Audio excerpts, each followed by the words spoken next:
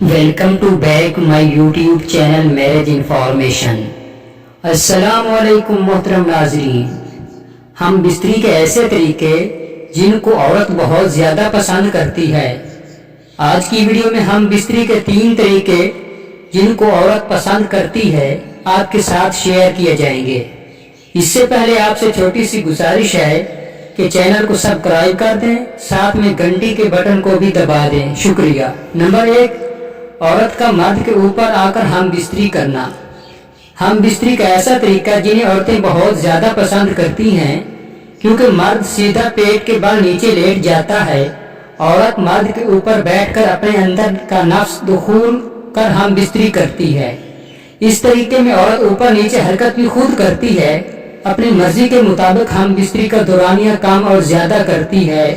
اس کے علاوہ عورت اس طریقے کو بہت زیادہ پسند بھی اس وجہ سے کرتی ہے کہ مرد ہم بستری کے دوران عورت کے قابو میں ہوتا ہے۔ ایک قابل غور بات یہ بھی ہے کہ اس طریقے میں حمل کے چانسز بہت کم ہوتے ہیں۔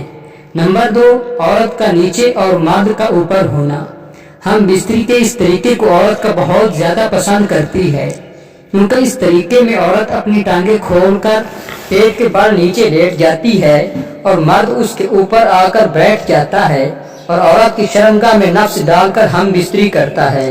عورت اس طریقے کو اس لیے بہت زیادہ پسند کرتی ہے کیونکہ اس سے مرد اور عورت کی شرمگاہ ایک دوسرے کے آمنے سامنے آتی ہے۔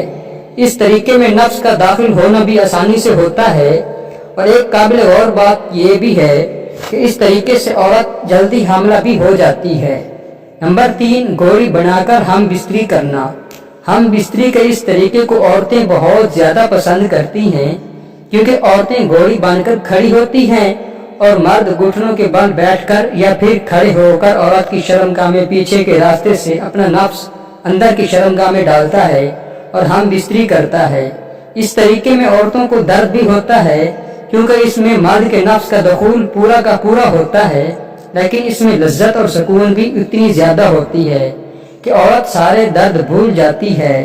ویڈیو اچھی لگی ہو تو چینل کو سبسکرائب کر دیں، اور اگر آپ اس چینل پر پہلی مرتبہ آئے ہیں تو اس چینل کو سبسکرائب اور ساتھ میں دیے گئے گھنٹی کے نشان کو دبانا نہ بھولیں، اور ایسی مزید میرج انفارمیشن کی طرف سے ویڈیو حاصل کرنے کے لیے چینل کو سبسکرائب کر دیں، شکریہ۔